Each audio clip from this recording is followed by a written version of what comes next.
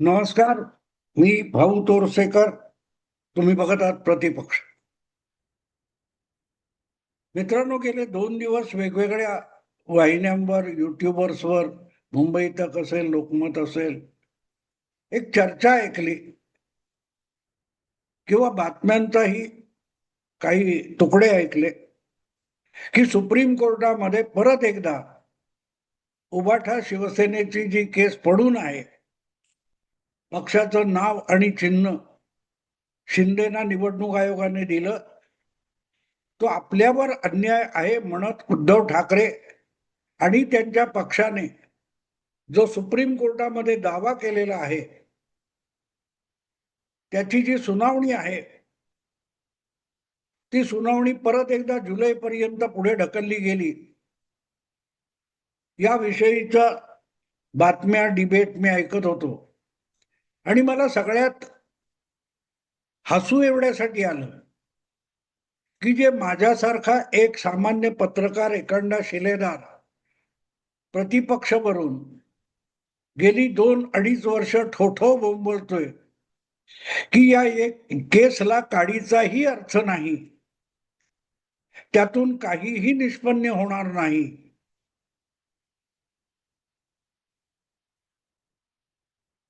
तारखा पडत राहतील आणि कधीतरी जेव्हा सुनावणी होईल आणि जो काही निकाल येईल तो भले उद्धव ठाकरे यांच्या बाजूचा असेल, उबाठा शिवसेनेच्या बाजूचा असेल, तरी त्याचा व्यवहारी उपयोग काहीही उरणार नाही.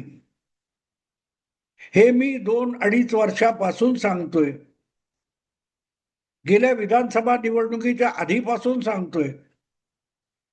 तरीही मीडियामधले अनेक लोक जे भाजपच्या विरोधात आहेत, पत्रकार, तटस्थ पत्रकार, स्वतंत्र पत्रकार, परखड पत्रकार म्हणून बोलणारे आहेत, पण त्यांच्या बोलण्यातून, वक्तव्यातून कधीही लपत नाहीत की ते भाजप विरोधी आहेत आणि ते ठाकरेंना विजय कसा मिळणार आणि एकनाथ शिंदे यांच्या हातून धनुष्यबाण हिसकून सुप्रीम कोर्ट उद्धव ठाकरेंना कसं देणार, यावर रसभरीत वर्णन करत गेली 2-2.5 वर्ष जगत होते. त्यांच्यामध्ये आता एक निराशेचा सूर दिसायला लागलाय आणि काल परवा जी काही सुनावणी परत एकदा पुढे ढकलली गेली आणि काही जुलै महिन्यातली कुठली तरी तारीख आली, तेव्हा आता या केसला काही अर्थ उरलाय का, हा सूर या बहुतांश माध्यमातल्या ठाकरे ब्रँडच्या विक्रेत्यांमध्ये जो दिसला, उमटला, तेव्हा मला एक प्रकारे बरं पण वाटलं की शेवटी आपण जे 2 वर्ष बोलतोय ते आता हळूहळू यांना दिसायला लागलं.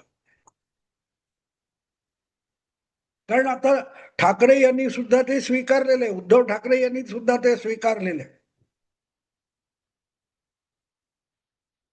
की त्यांच्या हातून चिन्ह गेलं, त्याला आता जी काय 2.5-3 वर्ष झाली आहेत, त्यानंतर ते चिन्ह परत मिळालं तरी त्याचा उद्धव ठाकरे आणि त्यांच्या शिवसेनेला काडी मात्र उपयोग राहिलेला नाही. कारण दरम्यान उद्धव ठाकरे, उभाठा, शिवसेना यांच्यासाठी मशाल ही निशाणी जनमानसापर्यंत पोहोचलेली. खरं सांगायचं तर ती 2 वर्षापूर्वीच पोहोचली आणि त्याची सगळ्यात मोठी पावती लोकसभा निवडणुकीत मिळालेली होती. लोकसभा निवडणुकीमध्ये पहिल्यांदा एवढी मोठी सार्वत्रिक निवडणूक, त्यामध्ये धनुष्य बाणाशिवाय उद्धव ठाकरे लढत होते, त्यांचे उमेदवार लढत होते आणि तरीही त्यांना दणदणीत यश मिळालं. अर्थात ते यश त्यांच्या मेहनतीचं नव्हतं, भाजपच्या आळसामुळे महाराष्ट्रात महाविकास आघाडीला जो फायदा मिळाला, काँग्रेसचे 13, उबाठाचे 9 आणि शरद पवारांचे 8 खासदार निवडून आले, ते त्यांच्या मेहनतीचं फळ नव्हतं. ते भाजपचे महाराष्ट्रातले नेते, कार्यकर्ते आळसावले होते, त्याचा फायदा महाविकास आघाडीला आला. पण मुद्दा तो नाहीये. मुद्दा इतकाच आहे की जी काही मतं त्यावेळेला 9 खासदार निवडून आणताना उद्धव ठाकरेंना मिळाली किंवा शरद पवारांना तुतारीवर मिळाली, त्यातून त्या पक्षांसाठी निवडणूक चिन्ह तुतारी आहे की घड्याळ आहे, बाण आहे, धनुष्य बाण आहे की मशाल आहे, हे वाद निरर्थक असतात याची साक्ष मतदाराने दिलेली आहे. मतदाराने त्या मतदानातून लोकसभेच्या किंवा विधानसभेच्या मतदानातून राजकीय नेत्यांना साफ साफ सांगून टाकलं की तुमचं पक्षाचं चिन्ह बदललं म्हणून आम्ही फसत नाही. आम्हाला माहिती आहे आम्हाला शिंदेना मत द्यायचंय की ठाकरेंना मत द्यायचं, आम्हाला अजितदादांना मत द्यायचं की शरद पवारांना मत द्यायचं. ती फसवी निशाणी समोर असेल म्हणून आम्ही फसत नाही. आम्ही आपलं मत बनवतो आणि आपल्याला ज्या पक्षाला ज्या नेत्याला मत द्यायचंय, ज्या उमेदवाराला मत द्यायचंय ते आम्हाला माहिती असतं त्याचं चिन्ह कुठलं आहे. आंधळेपणाने एखादं चिन्ह दिसलं की त्या चिन्हासमोर जाऊन बटन दाबायचं का शिक्का मारायचा हा काळ गेलाय. हे मतदाराला कळतंय. फक्त एकापेक्षा एक महान पंडित, राजकीय पंडित, पॉलिटिकल पंडित आणि नेते जाणते आहेत त्यांना ते कळत नाही आणि म्हणून ते असल्या एखाद्या चिन्हासाठी कोर्ट कचेऱ्या करत बसतात, त्याच्यात अडकून पडतात. खरं सांगायचं तर शरद पवारांना हे कळतं. ज्या वेळेला उद्धव ठाकरे यांच्या प्रकरणाचा निकाल लागला होता आणि एकनाथ शिंदे यांना धनुष्यबाण हे चिन्ह आणि पक्षाचं नाव मिळालं होतं, तेव्हा शरद पवारांनी पत्रकारांशी बोलताना ते साफ साफ सांगून टाकलं होतं चिन्हाला आणि काही अर्थ नसतो. इंदिरा गांधींनी 1978 साली काँग्रेस पक्षातून बाहेर पडून बैलजोडी या निशाणी ऐवजी हात या चिन्हावर निवडणूक लढवली आणि तरीही 1980 मध्ये 2/3 बहुमत लोकसभेत मिळवलं होतं. आणि तिथे कळतं की जितके राजकीय पंडित आणि राजकीय नेते आणि पत्रकार अडाणी आहेत तेवढा भारताचा मतदार अडाणी राहिलेला नाही. ज्या गोष्टीला आता 40 वर्षापेक्षा अधिक काळ होऊन गेला, मतदार 2026 मध्ये आलाय, पण बुद्धिजीवी राजकारणाचे अभ्यासक हे मात्र 2000च्या अलीकडे किंवा 1980च्या अलीकडे अडून पडले आणि त्यामुळे अशा विषयांना फार मोठं महत्व द्यायचं कारण नाही हे खुद्द शरद पवार बोलले होते. आणि म्हणून त्यांचाच पक्ष फुटला किंवा अजितदादांनी पळवला तेव्हा खुद्द शरद पवार म्हणाले होते मी काय कोर्ट कचेऱ्या करत बसणार नाही. पण बहुधा आजकाल पवारांच्या राजकारणाचे सगळे निर्णय सुप्रियाताई घेत असाव्यात किंवा त्यांचे कोणी रोहित पवार घेत असावेत. त्यामुळे त्यांनी आजोबाला किंवा पित्याला फरफटत कोर्टात नेलं, निवडणूक आयोगात नेलं आणि तरीही तुतारी वाजली नाही शरद पवारांची आणि त्यांना तुतारीवर निवडणुका लढवाव्या लागल्या. असो, मुद्दा आहे सुप्रीम कोर्टामध्ये एकनाथ शिंदे यांच्याकडून धनुष्यबाण काढून घेण्यासाठीच्या दाव्याचा. आणि आता त्याच्यावर 3 वर्षापेक्षा अधिक काळ होऊन गेल्यानंतर साधी सुनावणी सुद्धा होत नाही. एकामागून एक 4-5 सरन्यायाधीश सुद्धा बदलले. ज्या वेळेला हा विषय येतो तेव्हा कोर्ट म्हणतं की आम्हाला आता काही अर्जंट केसेस आहेत आणि खरोखरच त्या अर्जंट केसेस आहेत. तुमच्यासाठी वेळ घालवून राजकारणावर परिणाम होणार नाही या सुनावणीमध्ये 4-4, 8-8 दिवस घालवण्यापेक्षा अतिशय तातडीने विषय महत्वाचे हातावेगळे करावेत असे आहेत. म्हणूनच ही सुनावणी पुढे ढकलली जाते. या निमित्ताने एक आठवण सांगितली पाहिजे. ज्या वेळेला सुप्रीम कोर्टामध्ये पहिल्यांदा हा विषय गेला होता शिवसेनेतल्या फाटाफुटीचा, त्यावेळेला सगळी सुनावणी झाली होती आणि निर्णय राखून ठेवला होता. अशा वेळेला प्रत्यक्ष तो निकाल दिला गेला. त्याच्या 7-8 दिवस आधी मी एक व्हिडिओ केला होता आणि हा निकाल छाती ठोकपणे शिंदे यांच्या बाजूने जाणार असा तो व्हिडिओ होता. ज्या वेळेला मीडियामधले महान घटनातज्ञ आणि उद्धव ठाकरे यांचे सगळ्यात मोठे बुद्धिमान वकील असीम सरोदे हे शिंदेना नाव सोडावं लागेल, धनुष्यबाण सोडावं लागेल म्हणत होते, तेव्हा मी छाती ठोकपणे सांगितलं होतं सुप्रीम कोर्ट शिंदेच्या बाजूने निकाल देणार आणि त्याचं तार्किक विवेचन मी त्या व्हिडिओमध्ये केलेलं होतं. आणि हा सगळा प्रकार जवळजवळ 5 किंवा 6 दिवस आधी केला होता. 6 दिवसानंतर मी म्हणालो तसाच निकाल आला. पण तो व्हिडिओ मी टाकल्यानंतर मला एका निवृत्त सत्र न्यायाधीशाचा फोन आला होता. निवृत्त सत्र न्यायाधीश, आणि त्यांनीही मला ग्वाही दिली की तुम्ही जे काय व्हिडिओ केलाय त्यानुसारच निकाल लागेल. पण तुमच्यासारख्या एका सामान्य पत्रकाराने इतकं तर्कसंगत सुप्रीम कोर्टाच्या निकालाविषयी विवेचन करावं याचा मला हेवा वाटतो. मी जेव्हा त्यांना विचारलं हेवा वाटण्यासारखं काय आहे, तेव्हा त्यांनी आपली ओळख करून दिली की मी आयुष्यभर वकिली आणि नंतर न्यायाधीश म्हणून काम केलं.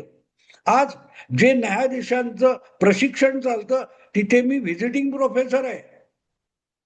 पण ज्या आधारावर सुप्रीम कोर्ट शिंदेना धनुष्यबाण देईल हे तुम्ही छातीठोकपणे सांगता, त्यासाठी तुम्ही आधार जे घेतलेले आहेत ते पब्लिक डोमेन मध्ये आहेत आणि ते माझ्या लक्षात येऊ नये आणि एका सामान्य पत्रकाराच्या लक्षात यावेत याचा मला हेवा वाटतो.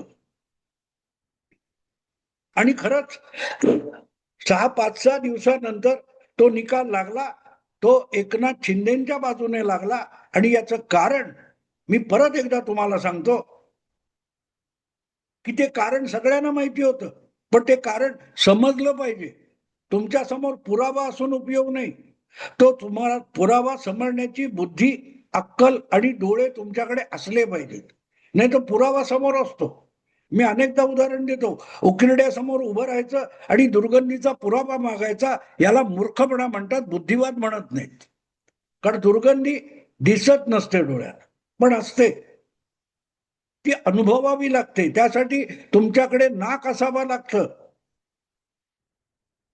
मी तो विषय तेव्हा अशा आधारावर मांडला होता की 7-8 दिवस आधी एक निकाल चंद्रचूड यांच्या घटनापीठाने दिलेला होता आणि तो निकाल देताना त्यांनी 2 वाक्य अशी लिहिलेली होती की ती वाक्य खुद्द चंद्रचूड यांची नव्हती. ती वाक्य एकनाथ शिंदे, उद्धव ठाकरे यांच्या केसच्या सुनावणीमध्ये शिंदेची बाजू मांडताना हरीश साळवे जे एकनाथ शिंदेचे वकील होते त्यांनी उच्चारलेली वाक्य होती. आणि म्हणूनच हरीश साळवे यांची वाक्य दुसऱ्या एका निकालपत्रामध्ये सरन्यायाधीश चंद्रचूड मांडतात याचा अर्थच हरीश साळवे यांचा युक्तिवाद हा सरन्यायाधीशांना आणि घटनापीठाला पटलेला आहे. म्हणूनच येऊ घातलेला निकाल हा एकनाथ शिंदेच्या बाजूने लागेल हा तर्क होता, हे लॉजिक होतं. आता चंद्रचूड यांनी हरीश साळवेंची ती 2 वाक्य दुसऱ्या एका निकालपत्रात मांडली, हे जगजाहीर होतं, काय माझ्या कानात सांगितलेलं नव्हतं. पण तर्क, लॉजिक हा बुद्धीचा सगळ्यात मोठा आधार असतो. आणि म्हणूनच मी तो व्हिडिओ 6 दिवस आधी बनवला आणि त्यामध्ये एकनाथ शिंदेना झुकतं माप मिळणार, त्यांच्या बाजूने निकाल लागणार या निष्कर्षापर्यंत मी आलो होतो. पण ज्यांना मूर्खपणा करण्यातच इंटरेस्ट असतो असे लोक मूर्खांचा जमावडा मांदियाळी जमवतात आणि कोणाला घटनातज्ञ म्हणतात, कोणाला कायदेतज्ञ म्हणतात, कोणाला कायद्याचे जाणकार म्हणतात आणि खोळ्यांचा नंगारात चालू करतात. माध्यमामध्ये तेच चालू होतं. त्यामुळे सगळी मराठी माध्यम एका बाजूला आणि भाऊ तोरसेकर एका बाजूला असं झालं आणि निकाल एकनाथ शिंदेच्या बाजूने लागला. तेव्हापासून आजपर्यंत ज्यानं घटनातज्ञ म्हणून तुमच्या समोर पेश केलं जातं त्यांचा एकही दावा कायद्याच्या कसोटीवर, घटनेच्या कसोटीवर, सुप्रीम कोर्टाच्या कसोटीवर खरा ठरलेला नाही. पण प्रत्येक वेळेला त्याच मूर्खांना आणून घटनातज्ञ म्हणून तुमच्या समोर ठेवलं जातं आणि ते ठेवणारेच आता निराश, हताश झालेत, फ्रस्ट्रेट झालेत. आणि आता तेच पत्रकार ज्यांनी गेली काही महिने, 1-2 तरी वर्ष ठाकरे ब्रँडचा सेल्समनशिप केली. महापालिका ठाकरे जिंकणार, विधानसभा ठाकरे जिंकणार, 2 ठाकरे एकत्र आले, महाराष्ट्राचे डोळे ओलावले वगैरे वगैरे, काय काय काय काय बोलत होते. हे सगळी मंडळी आता इतकी निराश झालीत की सुप्रीम कोर्टामध्ये जे काही केस चालू आहे उद्धव ठाकरे यांच्या सुनावणीची, त्याला काहीही अर्थ उरलेला नाही. इतक्या निष्कर्षाप्रत ही मंडळी आले. कारण आजवरच्या अशा केसचे जे निकाल लागलेत ते दीर्घकालीन उशिरा लागलेत आणि त्याचा व्यवहारी उपयोग झालेला नाही. पुढच्या काळात मार्गदर्शन म्हणून त्याचा उपयोग जरूर झाला असेल. पण या केसचा निकाल उद्धव ठाकरे यांच्या बाजूने लागला, एकनाथ शिंदेच्या विरोधात गेला आता, तरीही त्याला काडीचाही अर्थ नाही. कारण त्यात उद्धव ठाकरेंचा कुठचाही फायदा नाही आणि एकनाथ शिंदे यांचं नुकसान पण नाहीये. हा, पण पुढल्या काळात अशा स्वरूपाचं काही झालं, समजा उद्या टीएमसी मध्ये दुफळी झाली आणि 2 गटांनी आम्हीच खरे टीएमसी आहोत असा दावा केला, तर ठाकरे प्रकरणात येणाऱ्या निकालाचा आधार त्याला उपयुक्त ठरू शकेल. पण उद्धव ठाकरे यांच्यासाठी या केसचा निकाल लागून काडीचाही उपयोग नाही. पण शेळ्या कढीला ऊत आणणं म्हणजे बातमीदारी आणि पत्रकारिता असेल तर हा खेळ चालू राहणार आहे. ही चर्चा जी चालली गेले 2 दिवस, ठाकरेंच्या ब्रँडला किंवा चर्चेला किंवा केसला आता अर्थ उरला नाही, हे बघून समाधान वाटलं. तुम्हाला आवडला असेल हा व्हिडिओ, लाईक करा, शेअर करा आणि प्रतिपक्षाला सबस्क्राईब करा. नमस्कार.